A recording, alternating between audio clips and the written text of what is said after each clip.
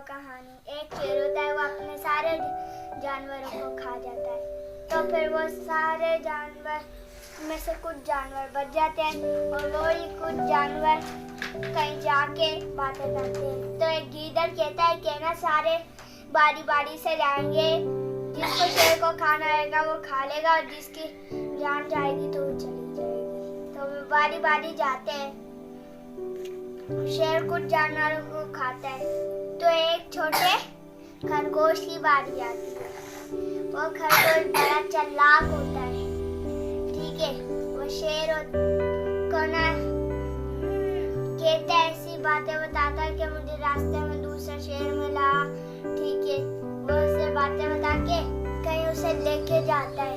कौन क्या वहाँ, तो कौन क्या वहाँ उसे अपने आँख से दिखता है।